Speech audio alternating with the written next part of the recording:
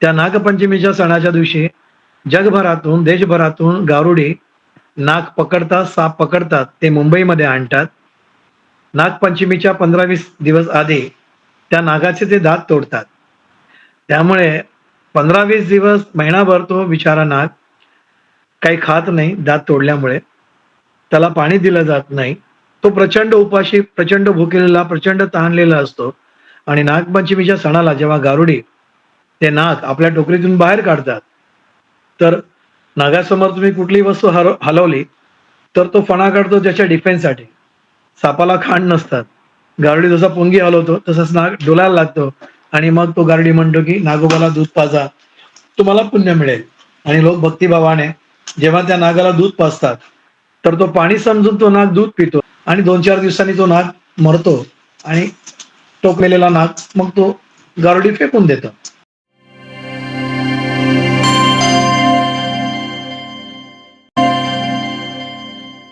संविधान जागृती देशाची प्रगती या अंतर्गत विशेष ऑनलाईन व्याख्यानमाला. या व्याख्यानमालेचं आजचं पुष्प क्रमांक आहे 1265. आजचे प्रमुख वक्ते आहेत आदरणीय सुनील कदम सर. सर सर्पमित्र आहेत मुंबई महानगरपालिका स्कूल मुंबई येथून आणि सरांचा विषय आहे साप वाचवा निसर्ग वाचवा. आणि खरंच आजचा विषय खूप छान आहे. मी जास्त वेळ न घेता विनंती करते आजचे आदरणीय प्रमुख वक्ते आदरणीय सुनील कदम सर. सरांनी पुढील सूत्र हाती घ्यावं. आदरणीय कदम सर. पीतल का तो नाग बनाया पूजे लोग लुगाई. पीतल का तो नाग बनाया पूजे लोग लुगाई. सच्चा नाग जब बाहर निकला ले लाठी धमकाई. अनाडी दुनिया भजन बिना कैसे तरियो. ज्या नागाची आपण पूजा करतो नागपंचमीला, हिंदू संस्कृतीमध्ये श्रावणातला सगळ्यात पहिला सण लोक साजरे करतात. तो नाग जर कधी कोणाच्या घरी आला तर लोक त्याची पूजा करत नाहीत. लोक त्याची काठीणीच पूजा करतात. हा जो विरोधाभास आहे आपल्या जीवनातला, हा विरोधाभास संत कबीर खूप सुंदरपणे अधोरेखित करतात.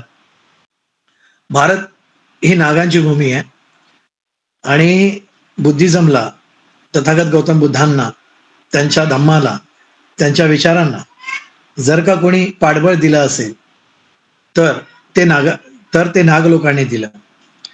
आर्यांनी आपल्या लोकांना म्हणजे अनार्यांना म्हणजे नाग लोकांना दूध आणि लाह्या दिल्या, असा इतिहास आहे. परंतु जसजसं काळ बदलत गेला आणि ब्राह्मणी इतिहासकारांनी जो इतिहास लिहिला, तर त्या इतिहासामध्ये मग असं लिहिण्यात आलं की एक नाग नावाचा जीव होता आणि त्याला काही लोकांनी दूध पाजलं वगैरे, या प्रकारच्या भाकडकथा 16व्या शतकामध्ये आलेल्या आहेत. ठीक आहे. तर ही एक पार्श्वभूमी आहे, हा एक इतिहास आहे. सापाबद्दल बोलत असताना या ज्या काही बाबी आहेत आणि सापाबद्दलच्या ज्या काही समजुती, गैरसमजुती आणि ज्या काही अंधश्रद्धा आहेत, तर एक बौद्ध म्हणून, एक बौद्ध संस्कृती म्हणून आपण त्या गोष्टी समजून घेतल्या पाहिजेत. तुम्ही जर श्रीलंकन बुद्ध पाहिले किंवा जगभरामध्ये किंवा देशामध्ये किंवा महाराष्ट्रामध्ये पण तुम्ही जर बुद्धाच्या काही कोरलेल्या मूर्त्या पाहिल्या, लेण्या पाहिल्या, तर त्याच्यामध्ये तुम्हाला असं दिसेल की बुद्ध ध्यानस्थ बसले आहेत आणि बुद्धाच्या डोक्यावरती 5 फणा असलेल्या नागाने छत्र धरलेलं आहे. तर हे जे 5 फणा असलेले जे छत्र आहे ते आपल्या देशातील जो नॉर्थ ईस्ट भाग आहे म्हणजे काश्मीर आणि वरचा जो भाग आहे, त्याला आजही अनंतनाग, अमकनाग, तमकनाग या नावाने नाग म्हणून ती गोष्ट ओळखली जाते. एनिवे, तर या गोष्टीचं थोडंसं भान बौद्ध म्हणून आपण ठेवलं पाहिजे. तर बुद्धाला काय असं काय प्रत्यक्ष जिवंत नाग जो आपल्याकडे शेतामध्ये दिसतो, त्या नागाने येऊन काय छत्र दिलं नाही, तर नाग लोकांनी, नागवंशीयांनी बुद्ध धम्माला, बुद्धाच्या सगळ्या विचारांना अभय दिलं, बळ दिलं, पाठबळ दिलं आणि म्हणून आज या मूर्त्यांवरती आपल्याला नागाचं चित्र दिसतात. त्याचा संदर्भ बौद्ध म्हणून आपण समजून घेतला पाहिजे. ठीक आहे. नाहीतर मग आपण ही अंधश्रद्धेमध्ये या सगळ्या गोष्टीमध्ये अडकून जाऊ. आणि नागपंचमीचा खरा इतिहास इथल्या ब्राह्मणी इतिहासकारांनी कधीच कधी आपल्याला सांगितला नाही, तर तो आपण समजून घ्यावा की अनार्य भारतामध्ये आपण अनार्य नागलोक आर्य भारतात आल्यानंतर जेव्हा एखादा माणूस आपल्या गावात येतो, तो म्हणतो की मी दूर गावून आलोय, मला जरा राहायला तुमची ओसरी देता का, जरा मला आश्रय देता का. पण नाग लोकांनी मानवतेच्या दृष्टिकोनातून आर्यांना आश्रय दिला. त्या ते कृषीप्रधान होते, ते त्यांच्याकडे गाई म्हशी आणि त्या सगळ्या कल्चरमध्ये ते अवगत होते, आणि म्हणून त्यांच्याकडे त्यावेळेचं जे धन होतं ते दूध होतं, आणि आपण त्यांना आसरा दिल्यामुळे त्यांनी ते दूध आपल्याला दिलं, आणि लोकांनी नागाला दूध दिलं, दूध पाजलं. या प्रकारच्या नागपंचमीच्या वेगळ्या भाकडकथा या देशामध्ये मांडल्या गेल्या. चला ठीक आहे, आपण विषयाकडे येऊया. मानवी उत्क्रांतीमध्ये जेव्हा आपण माकड होतो, माकड असताना आपण जंगलात होतो, हळूहळू आपण जंगलातून जमिनीवरती आलो. जमिनीवरती आल्याच्या नंतर आपल्याला शेपटीची गरज राहिली नाही, त्यामुळे आपल्याला हळूहळू शेपूट आपली निघून गेली.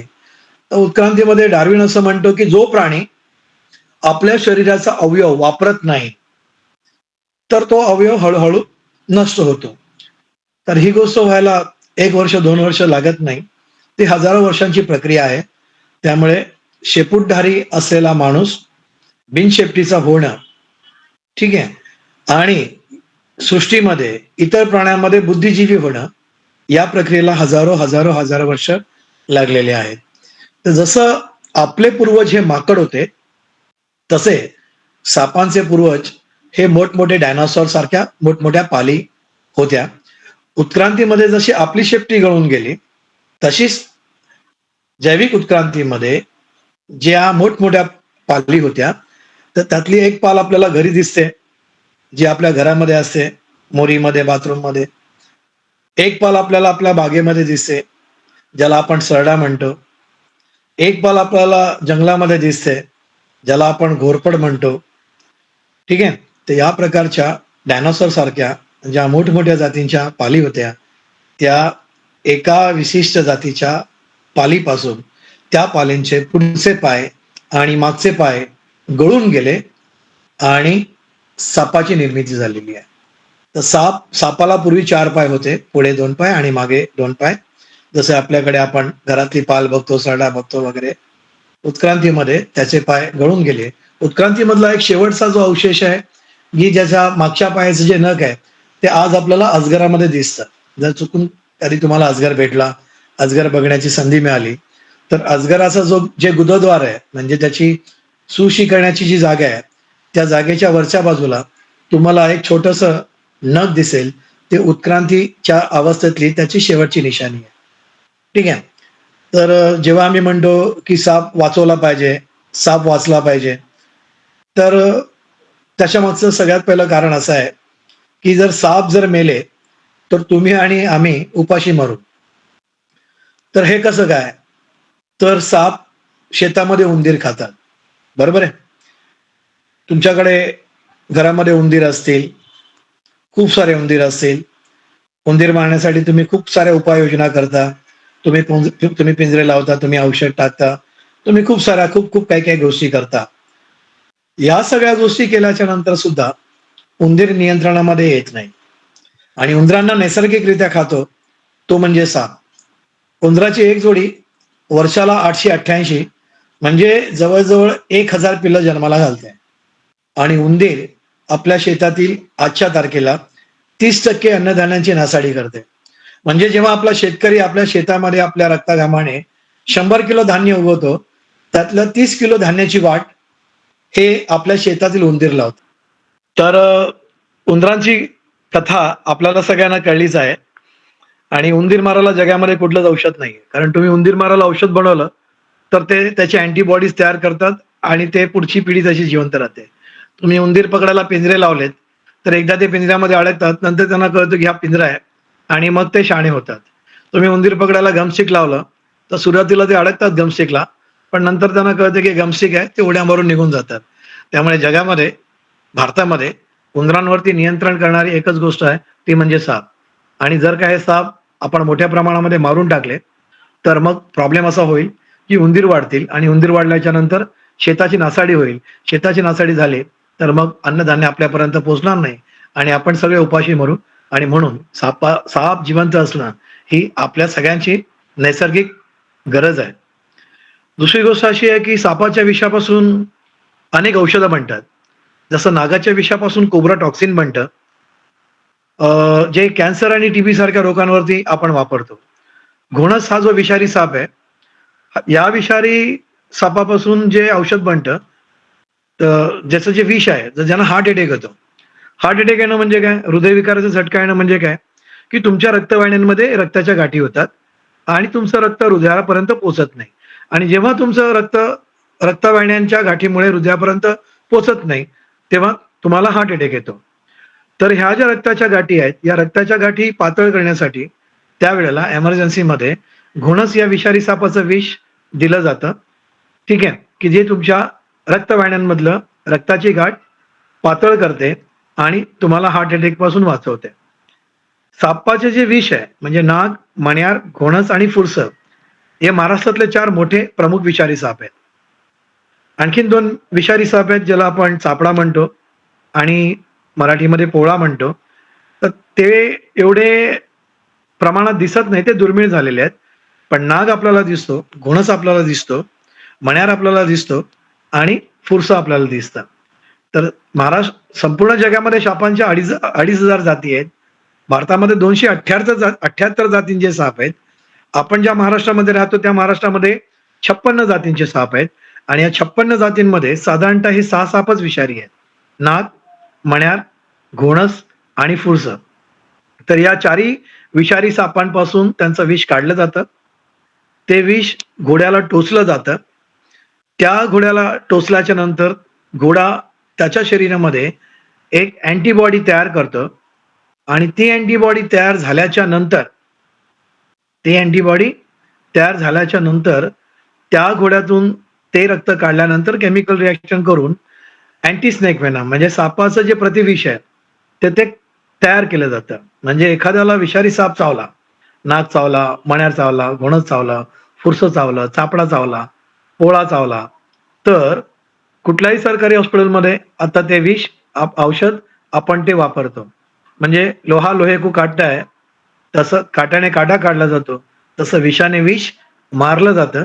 आणि म्हणून हे सगळे विषारी साप जिवंत असणं फार गरजेचं आहे. ठीक आहे. त्यामुळे एखाद्याला जर साप चावला तर त्याचं प्रतिविष सुद्धा सापापासूनच तयार होतं आणि म्हणून निसर्गामध्ये साप जिवंत राहणं, विषारी साप राहणं खूप गरजेचं आहे.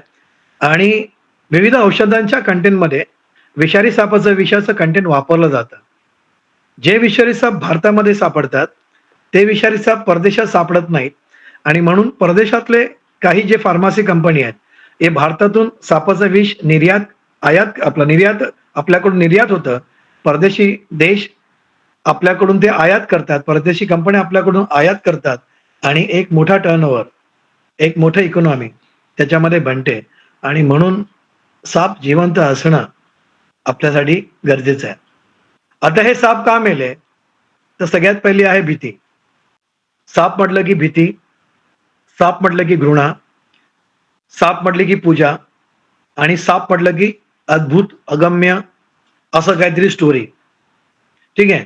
तर पहिलं आपण भीतीविषयी समजून घेऊया. भीती यासाठी आहे की शालेय जीवनामध्ये किंवा आपल्या वैयक्तिक जीवनामध्ये आपण सापाला ओळखत नाही. आपण रानात गेलो, शेतात गेलो, काहीतरी वळवळलं, सळसळलं, आपल्या दृष्टीने साप आहे. आपल्याला समजा चुकून तो चावला तर तो विषारीच आहे असंच आपण समजतो. पण मी सुरुवातीला सांगितलं महाराष्ट्रामध्ये 56 जातीचे साप आहेत. त्याच्यातले 4च प्रमुख विषारी साप आहेत. या 4 विषारी साप सोडले तर इतर धामण म्हणा, विहिरीमध्ये पाण्यामध्ये राहणारे पानदिवड म्हणा किंवा नानेटी म्हणा, हे सगळे बिनविषारी साप आहेत. आणि हे जर बिनविषारी साप आपल्याला चावले तर त्याच्यातून काही होत नाही. पण एखाद्याच्या मनामध्ये भीती असेल तर तो हार्ट अटॅकने किंवा त्याला टेन्शन येऊन तो मरू शकतो. जसं हिंदी पिक्चरमध्ये शोलेचा डायलॉग आहे, जो डर गया वो मर गया. ठीक आहे. त्यामुळे कधीही कोणाला साप चावला तर पहिली गोष्ट भिवू नये आणि आपला बीपी हाय करून घेऊ नये, जेणेकरून आपल्या जीवाला धोका निर्माण होऊ शकेल. तर हे जे साप आहेत, आपण मोठ्या प्रमाणामध्ये आज मारतोय ते भीतीपोटी. आणि म्हणून गावाकडे दिसला साप, घे काठी, लाग त्याच्या पाठी, या पद्धतीने आपण मोठ्या संख्येने साप मारलेले आहेत. ठीक आहे. त्याच्यानंतर घृणा. घृणा म्हणजे किळस. त्याच्यामुळे पण साप दिसला की आपण त्याला मारून टाकतो भीतीपोटी. काही लोक जसं म्हणतो की आपण पूजा करतो. आता हिंदू धर्मामध्ये आपण बघतो की शंकराच्या गळ्यामध्ये साप आहे, किंवा असं म्हटलं जातं की ही पृथ्वी शेषनागाच्या फणावर उभी आहे. तर ही पृथ्वी शेषनागाच्या फणावर उभी नाही आहे, तर लोकशाहीर अण्णाभाऊ साठेंच्या शब्दात सांगायचं झालं तर ही पृथ्वी तुमच्या आमच्या श्रमिकांच्या कष्टकऱ्यांच्या तळहातावर उभी आहे. ठीक आहे. ही पृथ्वी शेषनागाच्या फणावर उभी आहे असं जे हिंदू धर्मामध्ये मांडण्यात आलं, सांगण्यात आलं आणि कथापुराणांमध्ये आलं, त्याच्या मागचं कारण आत्ता जे मी प्रस्तावित केलं की साप हा मुख्य पाया आहे, निसर्गाचा पाया आहे. जर निसर्गातून सापच संपले तर सापावरती जे अवलंबून असणारे ज्या जाती जमाती आहेत, जसं सापाला मुंगूस खातं, सापाला मोर खातं, सापाला घार खाते, सापाला घुबड खातं. ठीक आहे. तर हे सगळे जीव जे सापावरती डिपेंड आहेत, जिवंत आहेत, ते सगळे जीव मरून जाते. ठीक आहे. तर हे निसर्गाची जी अन्नसाखळी आहे, एक साप नष्ट झाल्यामुळे ती अन्नसाखळी तुटू शकते, त्याचा निसर्गाच्या जैविकतेवरती परिणाम होऊ शकतो. आणि म्हणून हिंदू धर्मामध्ये आपण बघतो की अशा भाकडकथा आपल्याला दिसतात, पण त्याचा सायंटिफिक अर्थ, त्याचा वैज्ञानिक अर्थ आपण समजून घेतला पाहिजे की निसर्गाचा पाया साप आहे. जर निसर्गातूनच साप जर का नष्ट झाले तर मग आपण काही करू शकत नाही. त्याच्यानंतर जसं प्रास्ताविकेमध्ये सारिकाताईंनी मांडलं की भारतामध्ये, महाराष्ट्रामध्ये होणारी झालेली मोठ्या प्रमाणातली जंगलतोड, तर देशामधले जे मोठमोठे जंगल माफिया आहेत ते आदिवासींच्या नावाने असं म्हणतात की ही जंगलतोड आदिवासींनी केली. परंतु आदिवासी संस्कृतीमध्ये ओल्या झाडाला, जिवंत झाडाला हात लावायची प्रथाच नाहीये. आदिवासी संस्कृतीमध्ये झाडाला देव म्हटलं जातं, झाडाची पूजा केली जाते. आदिवासी जंगलातले जे सुके झाड आहेत, मेलेली झाड आहेत किंवा सुकलेल्या फांद्या आहेत, त्या तोडून आपलं आपलं गुजारा करतात, आपल्या चुली पेटवतात. पण जंगलामधले जे माफिया आहेत ते मोठमोठी झाडं, सागाची झाडं आणि मोठमोठी झाडांची, लाकडांची मोठ्या प्रमाणामध्ये तोडमोड करून, त्याची तस्करी करून ते परदेशामध्ये विकले जातात. चंदनाची झाडं विकली जातात, सागाची झाडं विकली जातात आणि त्यामुळे महाराष्ट्र ओसाड पडलेलं आहे. तुम्ही जर मुंबई बद्दल माहित असेल तर आज आमच्या मुंबईमध्ये आरे कॉलनीमध्ये बघा, मोनोशेडच्या नावाखाली अर्धी आरे कॉलनी त्याने तोडून टाकले, कापून टाकली झाडं. आता मुंबईमध्ये बोरिवली नॅशनल पार्कमध्ये जो राष्ट्रीय मोठा पार्क आहे, की मुंबईमध्ये आज 58 बिबळे राहतात त्या सगळ्या परिसरामध्ये, आरे कॉलनी पासून ते नॅशनल पार्क आणि त्याच्या पुढच्या जंगलामध्ये. तर नॅशनल पार्कचं जंगल जेव्हा नष्ट होईल, रोडच्या निमित्ताने किंवा आणखीन त्या प्रकल्पाच्या निमित्ताने, तर जंगलातली माकडं, जंगलातले बिबळे, जंगलातले वाघ, हे सगळे गोष्टी जाणार कुठे? तर सापाला जर राहायला जर घरच नाही राहिलं, जंगलच नाही राहिलं, तर ते साप आता मानवी वस्तीमध्ये येऊ लागलेले आहेत. आणि म्हणून आपल्याला मोठ्या प्रमाणामध्ये आपल्या घरामध्ये, आपल्या चाळीमध्ये, आपल्या गल्लीमध्ये, आपल्या वाड्यामध्ये, आपल्या परिसरामध्ये साप मोठ्या प्रमाणात येत असल्याचे चित्र आपल्याला दिसत आहे. अजून एक साप नष्ट होण्याचं कारण असं आहे की आजही आपल्या देशामध्ये मोठमोठे तस्कर आहेत. ते मोठमोठे साप पकडतात, ते साप मारतात, त्या सापाचं जे मीठ आहे म्हणजे मटण आहे ते परदेशामध्ये विकतात आणि त्या सापाची जी कातडी आहे त्या कातडीपासून विविध वस्तू बनतात. जसं सापाच्या कातडीपासून कमरेचे पट्टे बनतात, मोठमोठे जे अजगर आहेत त्या अजगरांच्या कातडीपासून जे फॉरेनर जे मॉडेल्स आहेत त्या मॉडेल लोकांचे छोटे कपडे बनतात, पर्सेस बनतात. आणि यासाठी सुद्धा भारतातून मोठ्या प्रमाणामध्ये साप मारले जातात आणि त्याची तस्करी होते आणि त्यासाठी सुद्धा साप मरतात. भारतामध्ये, महाराष्ट्रामध्ये श्रावण महिन्यातला जो सगळ्यात पहिला नागपंचमीचा सण येतो, त्या नागपंचमीच्या सणाच्या दिवशी जगभरातून, देशभरातून गारुडी नाग पकडतात, साप पकडतात, ते मुंबईमध्ये आणतात. नागपंचमीच्या 15-20 दिवस आधी त्या नागाचे ते दात तोडतात.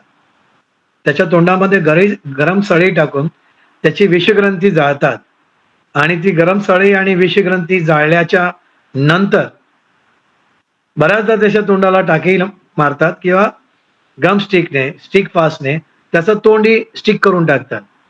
त्यामुळे 15-20 दिवस, महिनाभर तो बिचारा नाग काही खात नाही दात तोडल्यामुळे. त्याला पाणी दिलं जात नाही.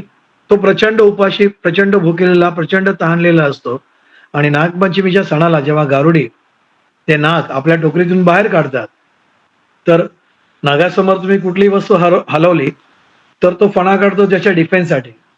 सापाला खांड नसतात. गारुडी जसा पुंगी हलवतो तसंच नाग डोलायला लागतो आणि मग तो गारुडी म्हणतो की नागोबाला दूध पाजा, तुम्हाला पुण्य मिळेल.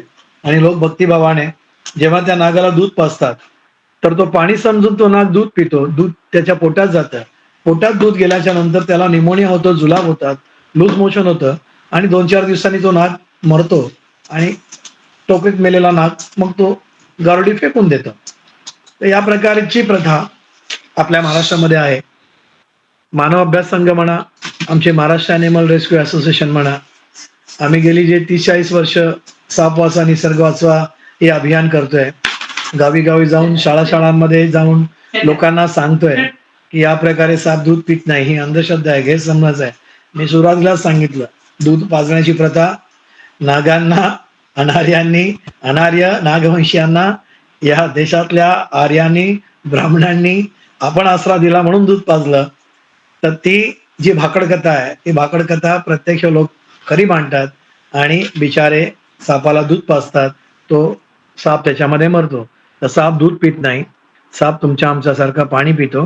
दूध हे सापाचं अन्न नाही. दूध तेच प्राणी पितात ज्या प्राण्यांना स्तन आहेत, म्हणजे मानव प्राणी. आपण आपल्या आईच्या स्तनातून आपण लहानपणी आपण दूध प्यायलेलो आहोत. गाय आहे, बकरी आहे, ज्या प्राण्यांना, ज्या माद्यांना स्तन आहेत, जे प्राणी सस्तन आहेत, ते सस्तन प्राणीच दूध पितात.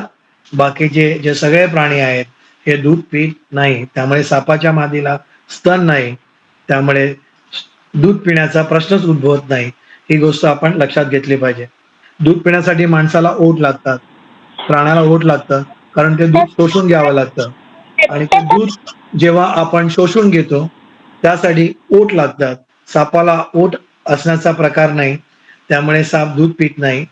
हे आपण जैविकदृष्ट्या, जीवशास्त्रीयदृष्ट्या समजून घेतलं पाहिजे. ठीक आहे.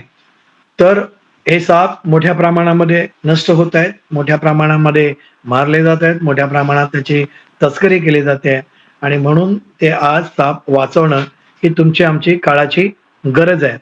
आणि ही गरज जर आपण आज समजू शकलो नाही आणि जर आपण याच पद्धतीने सापांना मारत राहिलो तर निसर्गाची मोठी हानी होण्याची शक्यता आहे.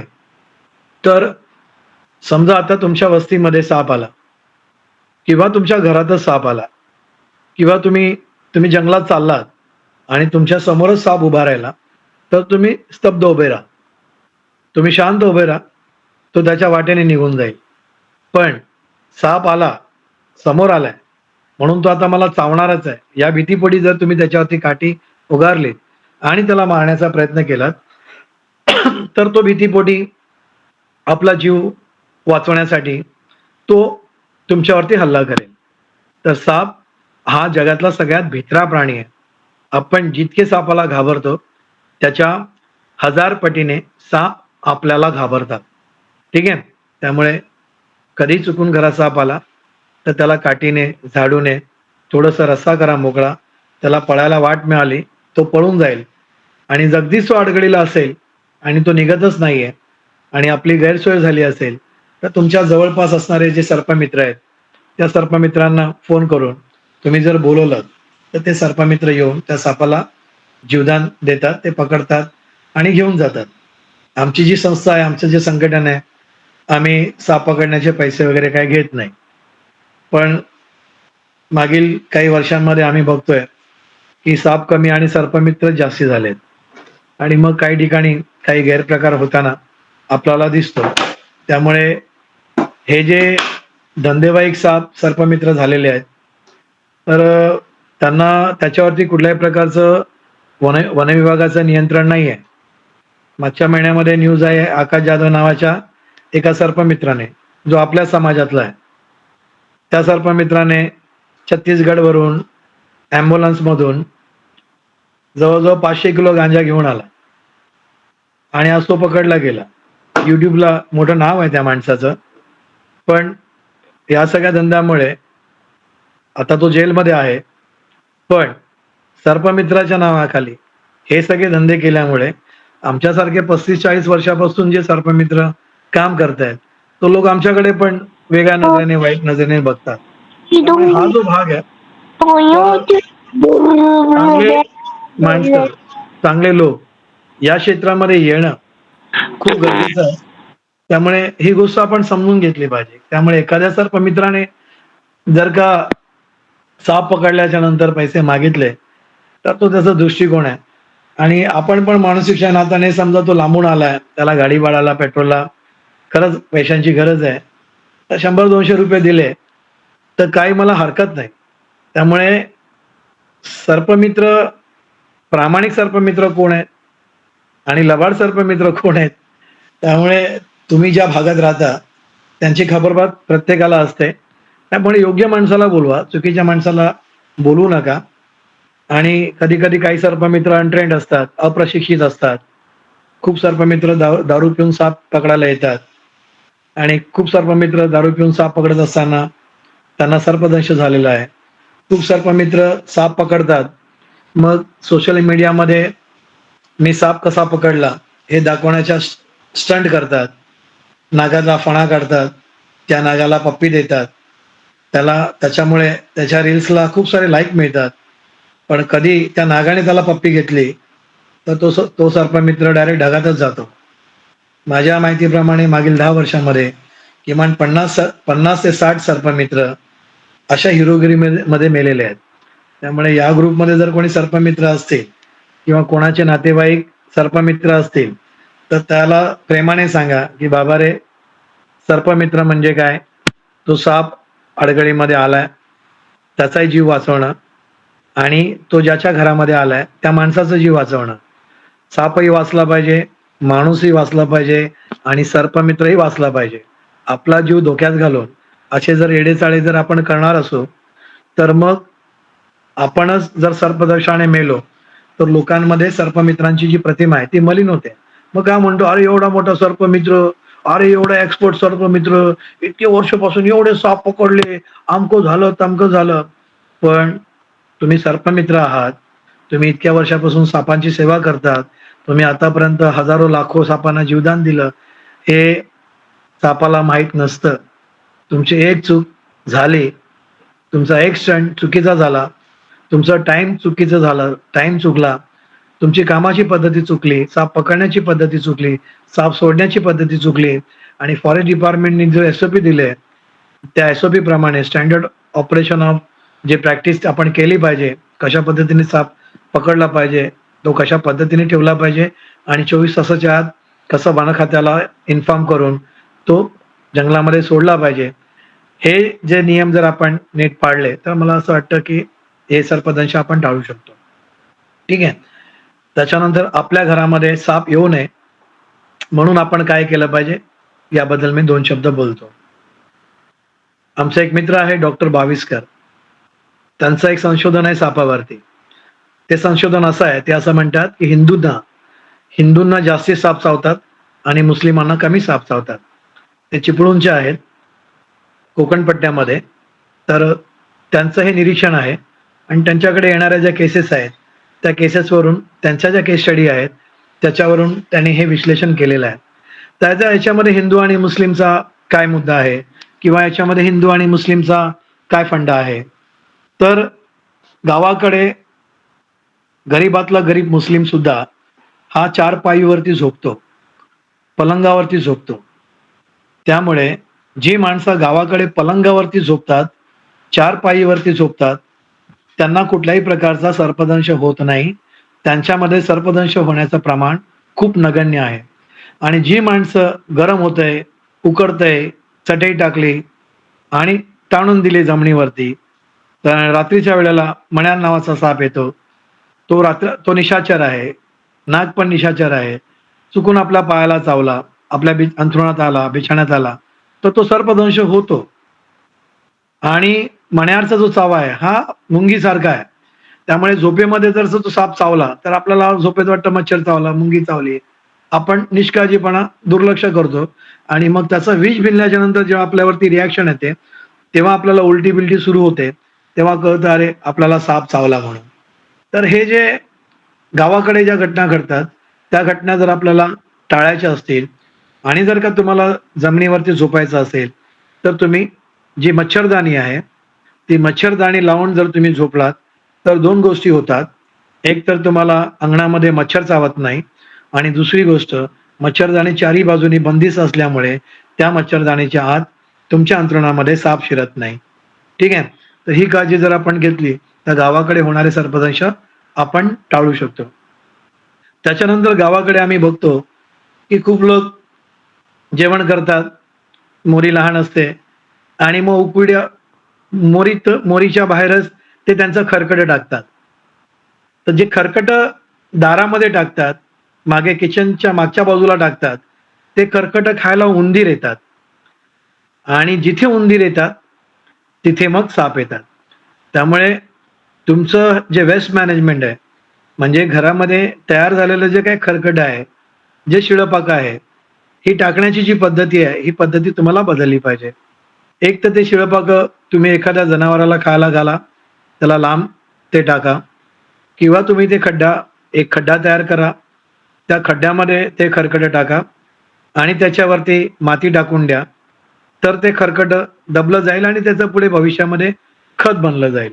या प्रकारचं जर तुम्ही सिस्टीम राबवलीत आणि तुमच्या गावाकडचे उकिरडे आणि घराच्या जवळचे उकिरडे जर तुम्ही नष्ट केले, तर तुमच्या घरामध्ये उंदीर येणार नाही. ठीक आहे? तर घरामध्ये खूप लोक गावामध्ये आपल्याकडे धान्य साठवून ठेवण्याची पद्धत असते. पारंपरिक पद्धती जी आहे, त्या पद्धतीला खूप सारे उंदीर ते धान खायला आपल्याकडे येतात. जर आपण आपलं घरातलं जे धान आहे, ते बंदिस्त ठेवलं, तर जेणेकरून ते धान खाण्याच्या चक्करमध्ये उंदीर आपल्या घरामध्ये येणार नाहीत. त्याच्यानंतर घराच्या बाजूला खूप सारी अडगळ असते. खूप लोक आपल्या घरालाच लागून फाटे टाकतात. मग त्या फाट्यांमध्ये पाली येतात. त्या फाट्यामध्ये बेडूक येतात. त्या फाट्यांमध्ये उंदीर घुसतात आणि मग पाल, बेडूक, उंदीर खायला साप आपल्याकडे येतात. ठीक आहे? तर ही स्वच्छता जर आपण पाळली, आपलं घर नीटनेटकं टापटीप जर आपण ठेवलं, तर आपल्या घरामध्ये, अंगणामध्ये साप येणार नाहीत. आणि रात्रीच्या वेळेला जर आपण आपल्या अंगणामध्ये, आपल्या कंपाऊंडमध्ये जर दिवा लावून ठेवला, लाईट लावून ठेवली, तर प्रकाशाला साप घाबरतात. त्यामुळे जिथे अंधार असतो, तिथेच साप घुसण्याचा प्रयत्न करतात.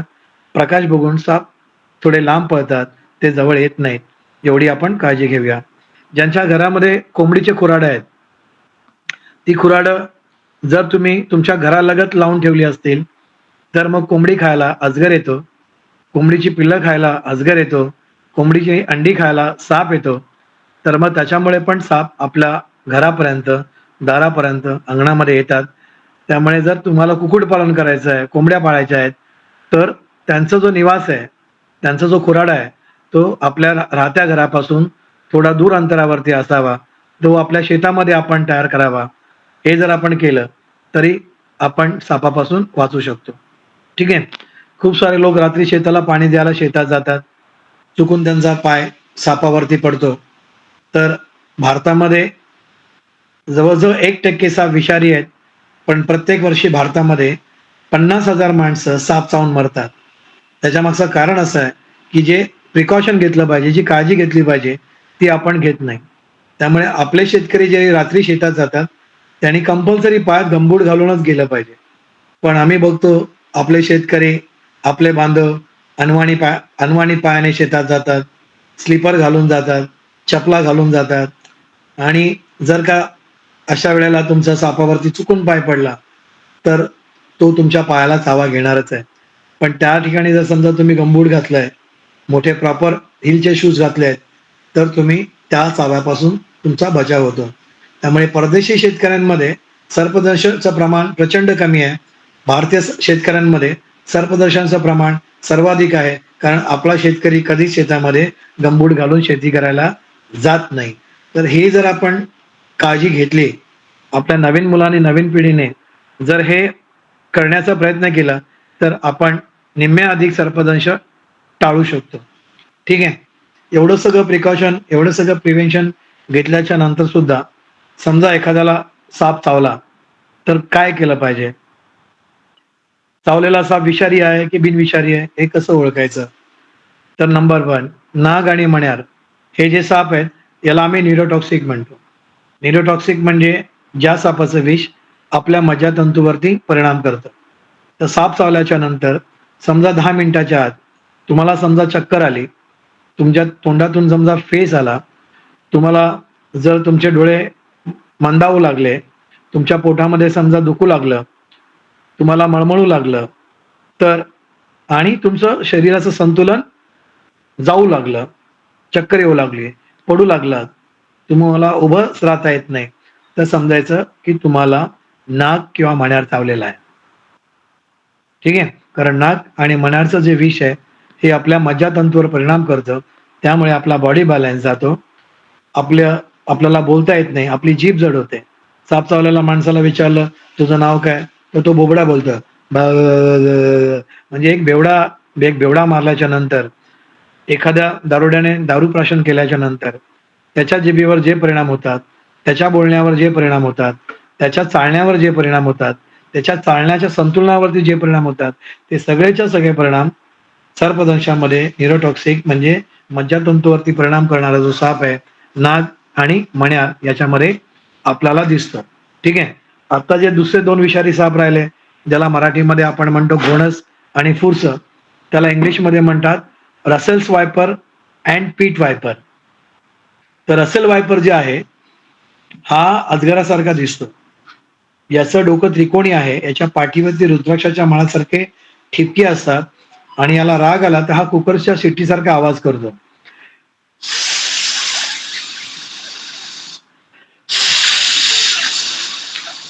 तर जंगलामध्ये गेलात आणि कुकरच्या शिट्टीचा आवाज आला, तर उजवीकडे बघा, डावीकडे बघा, पुढे बघा, मागे बघा. जिथून पळायला वाट मिळेल तिथून पळून जा. कारण कुठलाही साप, विषारी साप चावण्याच्या आधी तुम्हाला वॉर्निंग करतो. तो घोणस या प्रकारे सिटी वाजवून वॉर्निंग करतो की मी इकडे आहे, माझ्याजवळ येऊ नको. तो मोठाने श्वास घेतो, बाहेरची हवा पोटात घेतो, पोटातली हवा मोठ्याने बाहेर फेकतो, तेव्हा ही शिटी वाजते. नाग पण जेव्हा तुमच्या समोर उभा राहतो शेतात, जंगलात राहणार, तो फणा काढतो. फणा काढून तो त्याची आयडेंटिटी दाखवतो की मी इकडे आहे, तू माझ्या जवळ येऊ नकोस. तू जर माझ्या जवळ आलास तर मग मी तुला चावेन.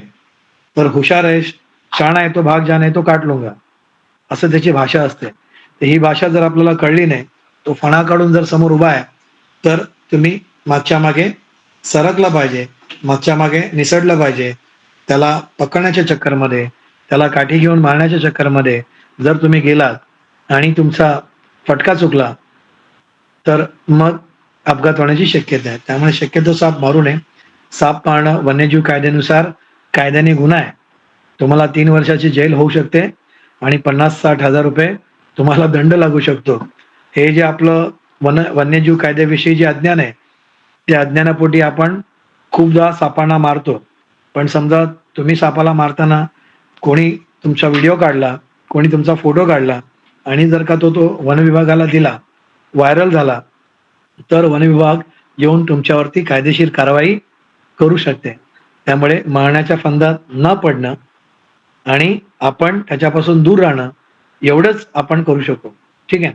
दुसरं मी म्हणत होतो, वायपर, घोणस आणि फुरसं चावलं तर 10 मिनिटाच्या आतमध्ये जिथे त्याचे दात लागलेत तिथलं रक्त काळं निळं होतं.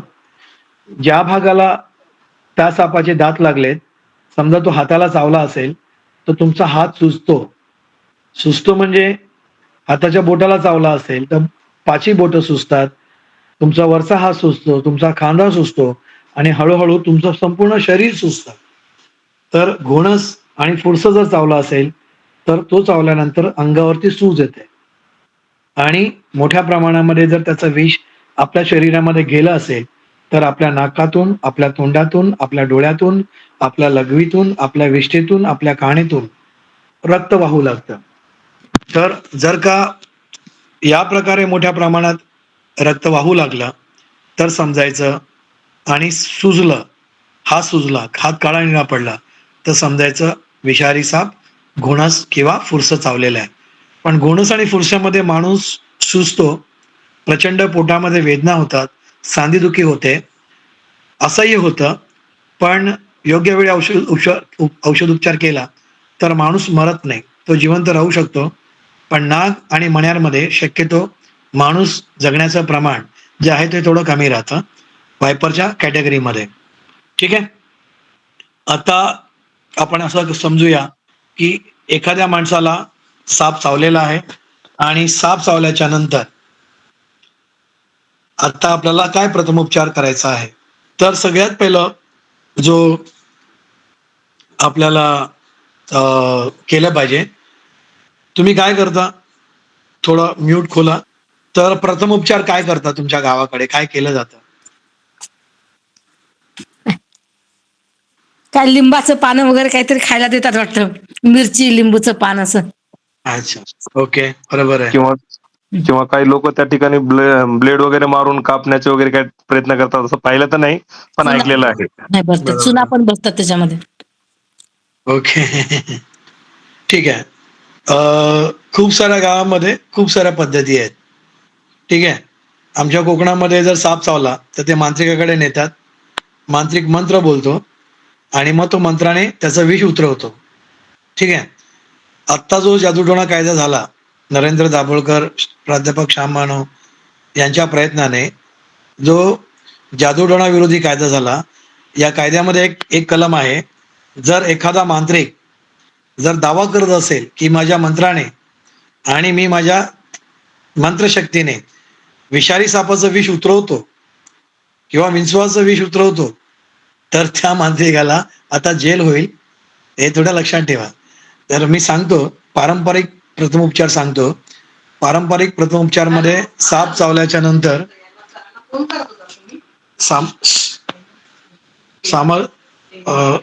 पारंपरिक याच्यामध्ये जेव्हा आपल्याला साप चावतो तर आपण आवळपट्टी बांधतो. ठीक आहे. तर ती आवळपट्टी बांधण्यासाठी जी आहे, आवळपट्टी बांधणं ही चुकीची गोष्ट आहे. कारण समजा बोटाला साप चावला आणि तुम्ही मनगटाला आवळपट्टी बांधली किंवा दंडाला आवळपट्टी बांधली तर बोटाला जर रक्त मिळालं नाही तर त्या आवळपट्टीमुळे खालचा हात निकामी होतो, त्याला गँग्रीन होतं. डॉक्टरकडे गेल्याच्या नंतर डॉक्टर तुमचं विष शरीरातून काढतो, पण झालेलं गँग्रीन डॉक्टरला काढता येत नाही, मग ते बोट किंवा ते हात कापावं लागतं. त्यामुळे तुम्ही बघा, खूप साऱ्या सर्पदंशामध्ये तुमच्या लक्षात येईल की उशिरा उपचार झाल्यामुळे आणि आवळपट्टी करकचून बांधल्यामुळे त्या माणसाला सर्पदंशासोबत त्याच्या हाताला गँग्रीन होतं.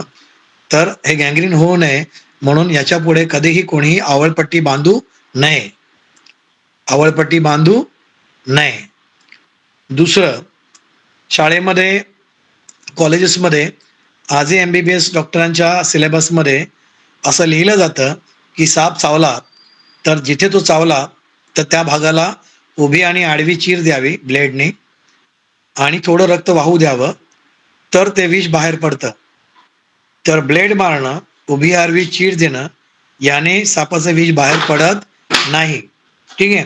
त्यामुळे ब्लेड मारणं, कट करणं ही जी पारंपरिक पद्धत आहे ती पण आता प्रोटोकॉल प्रमाणे बंद करण्यात आलेली आहे. तिसरं पारंपरिक पद्धत आहे सापाचं विष उतरवण्याचं. तुम्ही सगळे हिंदी पिक्चर बघता, हिंदी पिक्चरमध्ये हिरोईनला साप चावतो, हिरोईनला साप चावला की तो हिरो आपल्या तोंडाने शोषून त्या हिरोईनचं पायातलं विष काढतो. ठीक आहे. तर अशी हिरोगिरी करू नका. समजा हिरोईनला साप चावला पायाला तर तिचं विष हृदयापर्यंत यायला 1-3-4 तास जातात, पण हिरोने जर का ते विष तोंडाने काढण्याचा प्रयत्न केला आणि विष जर हिरोच्या तोंडाला लागलं तर आपला हिरो तंबाखू खातो, आपला हिरो पान खातो, गुटखा खातो, आपण ब्रश करतो सकाळी दात घासण्यासाठी, तर आपल्या सगळ्यांच्या जो आतलं तोंडाचा जो अंतर्गत भाग आहे त्याच्यामध्ये चिरा असतात, कट्स असतात. त्या कट्समध्ये जर का तुम्ही ते व्हॅनम सक केलं तर काय होतं, विष तुमच्या रक्तवाहिन्यांमध्ये जातं आणि तोंडाकडून लगेच ते हृदयापर्यंत पोहोचतं. त्यामुळे हिरो पटकन मरू शकतो आणि हिरोईन नंतर मरू शकतं. म्हणून हिंदी पिक्चर वगैरे बघून या प्रकारच्या ज्या गोष्टी केल्या जातात, हा तिसरा प्रोटोकॉल आपण करू नये. ठीक आहे. तर साप चावलाच्या नंतर काय करू नये हे मी तुम्हाला सांगितलं. आता जर साप चावला तर नवीन प्रोटोकॉल प्रमाणे काय करावं ते मी सांगतो, ते नीट समजून घ्या. साप चावलेल्या माणसाला पहिला मानसिक आधार द्या. कारण ज्याला साप चावतो ना तो प्रचंड घाबरलेला असतो. किती मोठा भाई असेल, किती मोठा डॉन असेल, किती मोठा पेलवान असेल, त्याला जर कळलं की मला साप चावला तर त्याच्या मनात जे विचार येतात की बापरे आता मी मरेन, माझा जीव जाईल, तर या भीतीपोटी त्याची हवा टाईट होते, त्याचा बीपी हाय होतो आणि त्यामुळे साप चावलेल्या माणसाला सगळ्यात पहिला मानसिक धीर देणं की बाबा रे तुला साप चावला, काय होणार नाही, घाबरू नको, शांत राहा. पहिली गोष्ट याला म्हणतात सायकोलॉजिकल ट्रीटमेंट. आपल्याकडे उलटं होतं, आपल्याकडे उलटं सांगतात, अरे तुला साप चावला गंग्या, आता तुझ्या बायकोचं काय होणार, तुझ्या पोरांचं काय होणार, आता तुझं कसं होणार, कशाला गेला मरायला तिकडं, चावला ना साप आता, हा एवढी हिरोगिरी कोणी करायला सांगितली होती, कोणी सांगितलं तुला पकडायला, आला होता तर आला ना, कशाला तू केलं, आता काय करणार, आता तू मर, आता काय आम्ही काहीच करू शकत नाही. तर काही लोक असे नेगेटिव्ह बोलतात. तर साप चावलेल्या माणसासोबत असं नकारात्मक बोलू नये, नकारात्मक मांडू नये, सकारात्मकच बोलावं. सकारात्मक बोलणं म्हणजे नंबर 1, तुला साप चावला, ठीक आहे, विषारी आहे की बिनविषारी माहीत नाही, त्यामुळे टेन्शन घेऊ नको. दुसरं, त्याच्यावरती जर तुम्हाला लक्षणं दिसली तर समजून जायचं की त्याला लवकरात लवकर आपल्याला हॉस्पिटलला घेऊन जायचं आहे.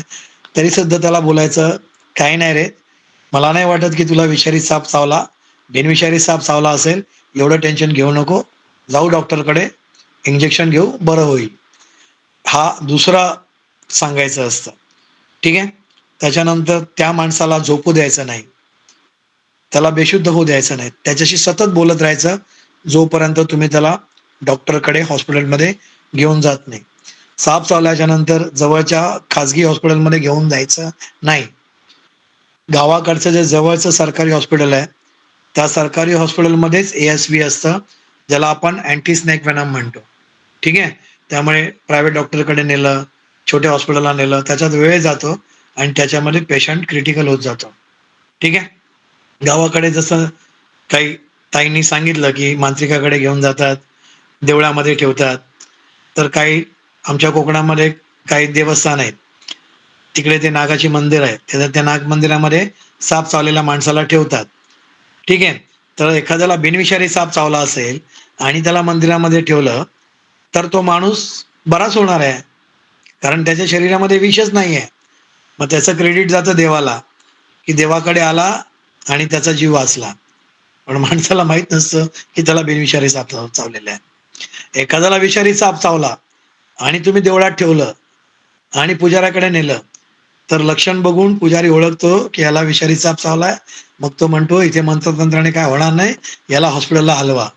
पण तोपर्यंत वेळ झालेला असतो. त्यामुळे मंदिरामध्ये टाकणं, पुजाऱ्याकडे जाणं, या गोष्टी आपण प्रामुख्याने टाळल्या पाहिजेत.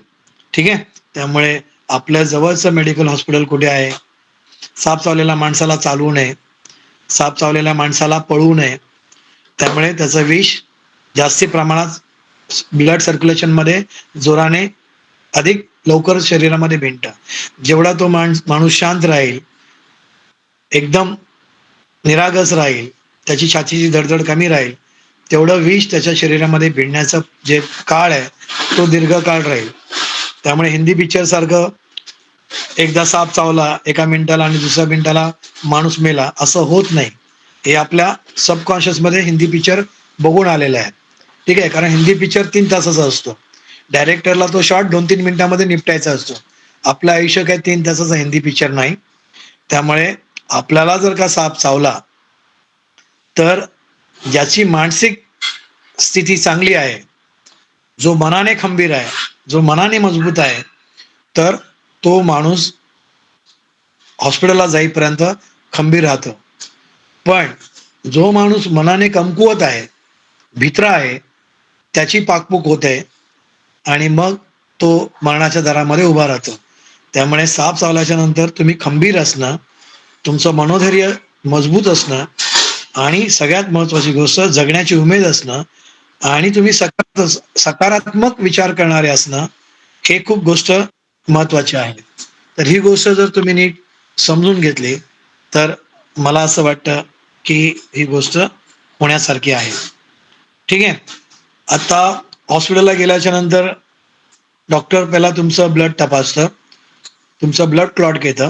त्याच्यावरून डॉक्टरांना कळतं की तुमच्या शरीरामध्ये विष आहे किंवा नाही.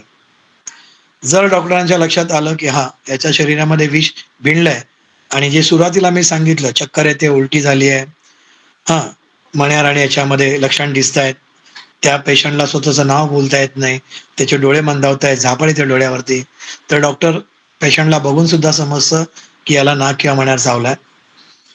आणि जर घोणस आणि फुरसं चावलाय, तर तुमची सूज बघून सुद्धा डॉक्टर ओळखतो की अरे ह्याला साप चावलाय. तर मग तो अँटी स्नेक वेनम ASV देतो. तर पहिला जो डोस देतो तो टेस्ट डोस असतो. म्हणजे त्याच्यामध्ये तो डोस दिल्याच्या नंतर डॉक्टर बघतात 20 मिनिटं की त्याच्यामुळे तुम्हाला काही तुमच्या शरीरावरती काही दुसरा दुष्परिणाम झाला की नाही. तर काही सगळ्यांनाच ASV सूट होत नाही, काहींना ते ASV लागू होत नाही, त्यांच्या शरीरावरती रिॲक्शन येते. अशा वेळेला डॉक्टर तो डोस हळूहळू देतो विष चावलेल्या पेशंटला. आणि ज्या पेशंटवरती साप चावल्याच्या नंतर पहिला डोस अँटी डोस दिल्याच्या नंतर त्याच्या शरीरावरती कुठलेही परिणाम दिसत नाही, तेव्हा डॉक्टर तो अँटीडोस त्याला मोठ्या प्रमाणामध्ये देतो. तर नवीन प्रोटोकॉल प्रमाणे जर एखाद्या माणसाला विषारी साप चावला, तर डॉक्टर त्याला किमान 10 वॉईल, कमीत कमी 10 इंजेक्शन्स त्याला देतो आणि ते द्यावीत, असं प्रोटोकॉल आहे मेडिकल सायन्सचा. ठीक आहे. एखादा माणूस जर बिनविषारी साप चावून जरी गेला, तरी हॉस्पिटलमध्ये त्याला 48 तास राहावं लागतं. तो जरी बोलला आता मला जायचंय, तर हॉस्पिटल त्याला सोडत नाही. कारण केस पेपर बनला, सर्पदंश झाला म्हणून. आणि घरी गेल्याच्या नंतर समजा चुकून त्याला काय झालं, तर ते डॉक्टरांवरती येतं. त्यामुळे 48 तास सरकारी हॉस्पिटल त्या पेशंटला सोडत नाही. तर त्यामुळे सक्तीचा आराम म्हणून त्या पेशंटने हॉस्पिटलमध्ये आगाऊपणा न करता 48 तास काढणं आणि डॉक्टरांना रिस्पॉन्स देणं, एवढंच त्या पेशंटच्या हातात राहतं. ठीक आहे.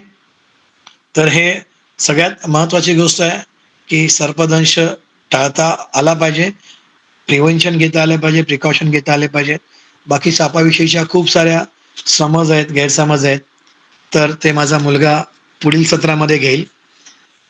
माझं नाव सुनील कदम, मी काही कॉलेजेसमध्ये लेक्चरर आहे आणि मुंबई महानगरपालिकेमध्ये सध्या शिक्षक आहे. ठीक आहे. आमची जी संस्था आहे ती विद्यार्थी, शिक्षक, पालकांसाठी काम करते. जी मुलं शाळेत जात नाही, नापास होतात, अभ्यास करत नाही, सतत मोबाईलमध्ये अडकलेली आहेत, मोबाईलचं व्यसन लागलेलं आहे, अशा मुलांसाठी आम्ही काम करतो. आणि त्याचबरोबर पथनाट्य प्रशिक्षण करतो, सामाजिक जनजागृती करतो. साप वाचवा निसर्ग वाचवा हे आमचं अभियान आहे. एक गाव एक सर्पमित्र हे सुद्धा आमचं अभियान आहे. जर एका गावामध्ये एक सर्पमित्र असेल, तर तुमच्या गावात आलेल्या सापाला तो सर्पमित्र जीवदान देऊ शकतो. बाहेर गावच्या गावावरून त्या सर्पमित्राला बोलवा, त्याच्यामध्ये वेळ जातो, त्याचाही पेट्रोलचा खर्च जातो आणि मग त्याला आपल्याला आर्थिक व्यवहार करावा लागतो. तर ह्या गोष्टी जर टाळायच्या असतील, तर आपण ज्या विभागामध्ये राहतो, तर त्या विभागामध्ये आपण एक सर्पमित्र तयार करू शकतो. ऐकणाऱ्यांना हे जर आवडलं असेल आणि कोणाच्यामध्ये सर्पमित्र बनण्याची इच्छा निर्माण झाली असेल, तर माझा नंबर आहे 9820221176. या नंबरवरती तुम्ही मला फोन करून तुम्ही मला तुमची इच्छा व्यक्त करू शकाल. तुमच्या परिसरामध्ये जेव्हा आमचं प्रबोधन असेल, किंवा सर्पमित्रांचं प्रशिक्षण असेल, आम्ही त्या प्रशिक्षणाला तुम्हाला आवर्जून बोलू. आणि साप न मारता, सापाला न दुखावता, शास्त्रशुद्ध पद्धतीने साप कसा पकडायचा आणि कसा जंगलात सोडायचा, याचं प्रशिक्षण आम्ही तुम्हाला नक्कीच देऊ.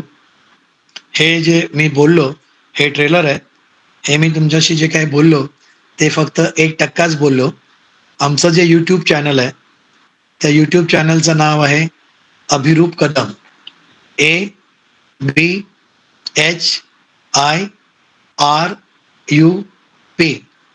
अभि, बुद्धाचं एक नाव अभि आहे, ते लक्षात ठेवा. अभि आणि रूप, अभिरूप. तर तुम्ही कार्यक्रम संपल्याच्या नंतर जर यूट्यूब चॅनलला गेलात आणि यूट्यूब चॅनलवरती अभिरूप कदम जर तुम्ही टाईप केलं, कदम टाकायची पण गरज नाही, तुम्ही फक्त अभिरूप जरी टाकलं तरी तुम्हाला पहिल्या रांगेमध्ये अभिरूप कदम तुम्हाला दिसेल. हे आमच्या संस्थेचं यूट्यूब चॅनल आहे. ते वाईल्ड लाईफ कन्झर्वेशन आणि त्या अँगलमध्ये बनवलेलं आहे. आयोजकांनी मला सांगितलं की सर साप दाखवा, तुमच्याकडे असलेला सरडा दाखवा. तर ते आमच्या घराचं आता शिफ्टिंग चालू आहे आणि त्या शिफ्टिंगच्या चक्करमध्ये ते सगळे प्राणी जे माझ्या घरात जे फॉरेस्टच्या परवानगीने, फॉरेस्टच्या लायसनने ठेवलेले जे प्राणी आहेत, तर ते मला आजच्या मीटिंगला दाखवता आले नाही. पण जेव्हा पुढच्या कार्यक्रमामध्ये जेव्हा तुम्ही आम्हाला बोलण्याची संधी द्याल, तर पुढच्या कार्यक्रमामध्ये आपण ते सगळे साप, म्हणजे सगळेच जे आमचे एक्झॉटिक जे प्राणी आहेत, ते बघण्याची संधी तुम्हाला मिळेल. आणि मी काही इतका खास चांगला वक्ता नाही आहे. माझ्यापेक्षा माझा जो मुलगा आहे अभिरूप कदम, तो खूप अधिक प्रभावीपणे बोलतो, अधिक चांगल्या पद्धतीने बोलतो.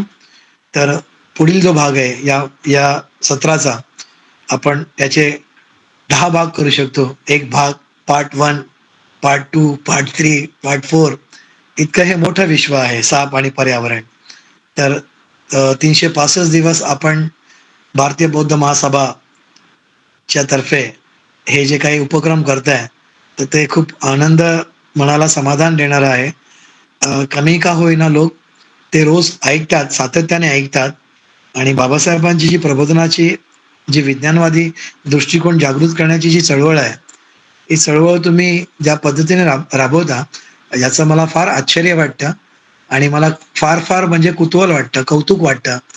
तर हा उपक्रम तुम्ही असा सुरू ठेवा आणि या उपक्रमाला अधिक लोक कसे जोडले जातील, तर यासाठी सुद्धा आम्ही आमच्या पद्धतीने प्रयत्न करू. आणि तुमच्या जीवनामध्ये कधीही सापाविषयी, वन्यजीव प्राण्याविषयी कधीही काही अडचण आली, तर तुम्ही केव्हाही आम्हाला बोलू शकता, आमच्याशी संवाद साधू शकता. माझा फोन फायर ब्रिगेडसारखा 24 तास सुरू असतो. आमचे फोन कधीच बंद नसतात. तर तुम्ही जर काही काळजी, जर हे काही अडचण आली, तर तुम्ही केव्हाही आम्हाला मदतीसाठी हाक देऊ शकता. ठीक आहे. आयोजकांनी मला बोलण्याची संधी दिली, त्याबद्दल माझ्या सर्व मित्रांचं मी आभार व्यक्त करतो. आणि भारतीय बौद्ध महासभा, डॉक्टर बाबासाहेब आंबेडकरांची ही मातृ संघटना आहे. या मातृ संघटनेला मी सलाम करतो. त्यांचे जे संस्थापक आणि कार्यकारी अध्यक्ष जे आहेत, त्या सर्व आंबेडकर कुटुंबाला मी सलाम करतो. आणि कालच मी बाबासाहेबांच्या मंडणगडला होतो, जिथे बाबासाहेबांचं वास्तव्य होतं. ते घर ते पाहून आलो. मोडकळीला आलंय, मोडलंच आहे म्हणा, परंतु महाराष्ट्र शासनाने ते राष्ट्रीय स्मारक म्हणून घोषित केलं आहे. आणि या वर्षभरामध्ये बाबासाहेबांचं घर आपल्याला पाहायला मिळेल, जिथे बाबासाहेबांनी आपलं बालपण घालवलं, आपलं लहानपण घालवलं. आणि ती वास्तू आपल्याला पाहायला मिळेल. त्या वास्तूच्या जवळच आमचं एक छोटंसं घर आहे.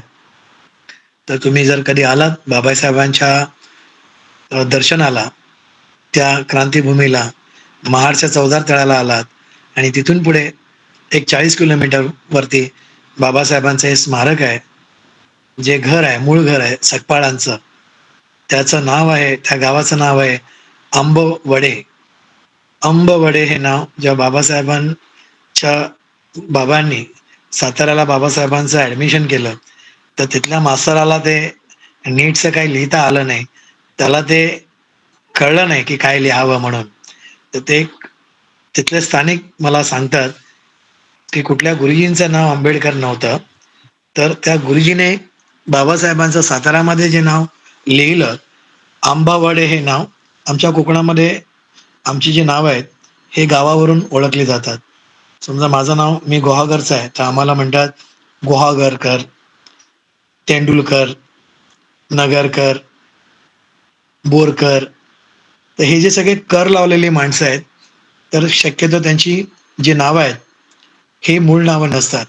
बाबासाहेबांचं मूळ नाव सकपाळ आहे आणि सकपाळाच्या घरी जे 14वं रत्न जन्मलं, त्या रत्नाने जो इतिहास घडवला, जी क्रांती घडवली, उद्याच्या त्या क्रांतीभूमीला त्या माणसाने चवदार तळाला आग लावली आणि जगाला सांगितलं की ह्या देशामध्ये, या भारत देशामध्ये माणसाला माणुसकी नाही.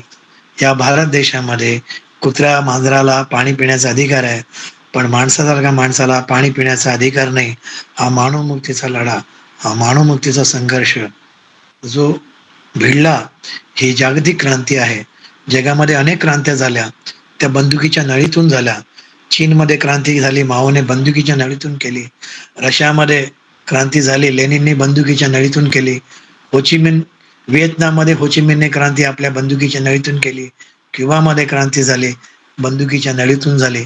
जगामध्ये ज्या ज्या क्रांत्या झाल्या, ज्या ज्या लढाया झाल्या, या बंदुकीच्या नळीतून झाल्या. जी जी सत्ता पलट झाली, जी जी व्यवस्था पलट झाली, ती ती बंदुकीच्या नळीतून झाली.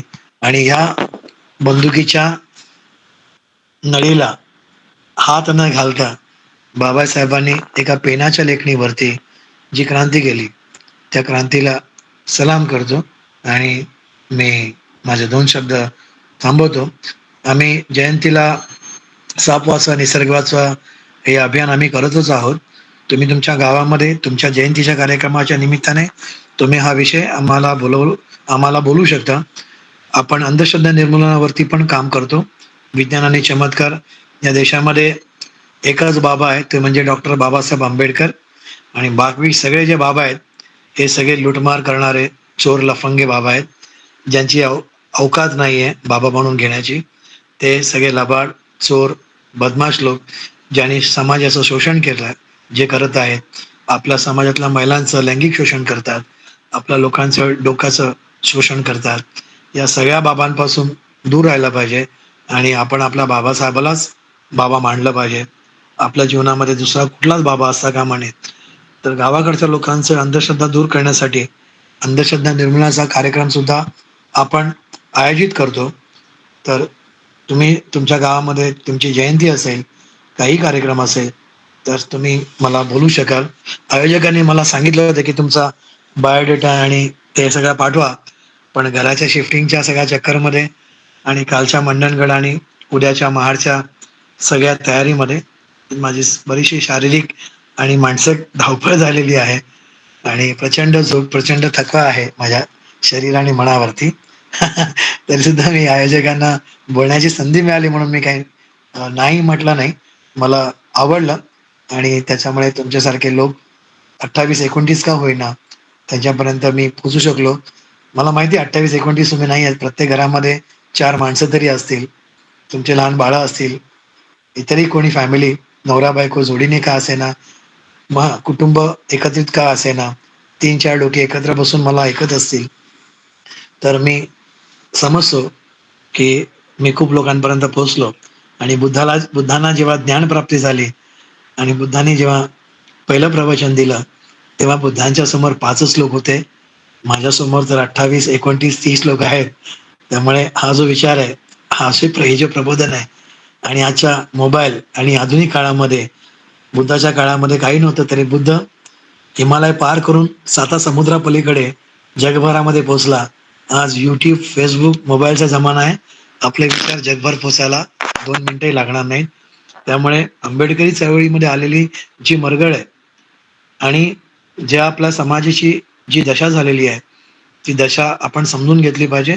मुंबई विद्यापीठामध्ये बौद्ध धम्माची जी भाषा, पाली भाषा, त्या पाली भाषेसाठी पाली भवन झालं पाहिजे. त्यासाठी आमचे एक मित्र PhD होल्डर बनते विमानसा गेले 300 दिवस 21 ऑगस्ट पासून सत्याग्रह करतात बुद्धाच्या शांतीच्या मार्गाने. तर त्याही आंदोलनाला तुम्ही तुमच्या गाव पातळीवरती पाठिंबा द्यावा आणि बुद्धाची भाषा, पाली भाषा ही सर्व विद्यापीठांमध्ये राहावी, त्याचं पाली भवन व्हावं, नक्कीच या प्रकारे आंदोलन करावं एवढं मी बोलतो. नक्कीच सर. आणि जनगणनेमध्ये जेव्हा भाषेचा उल्लेख होईल तेव्हा संस्कृत ही आपली मूळ भाषा नाही. या देशातली सगळ्यात पहिली मूळ भाषा, भाषेचं जे मूळ आहे ते मूळ पाली आहे. पालीच्या नंतर संस्कृत जन्माला आली आहे. आपण आधी आहोत, त्यामुळे येणाऱ्या जनगणनेमध्ये आपला धर्म सांगताना बौद्ध सांगा, हिंदू महार सांगू नका. आणि आपली भाषा सांगताना आपण पाली भाषा आहोत, मराठी भाषा सांगू नका. आपली मूळ भाषा पाली आहे, मराठी आपली आई आहे, मावशी आहे.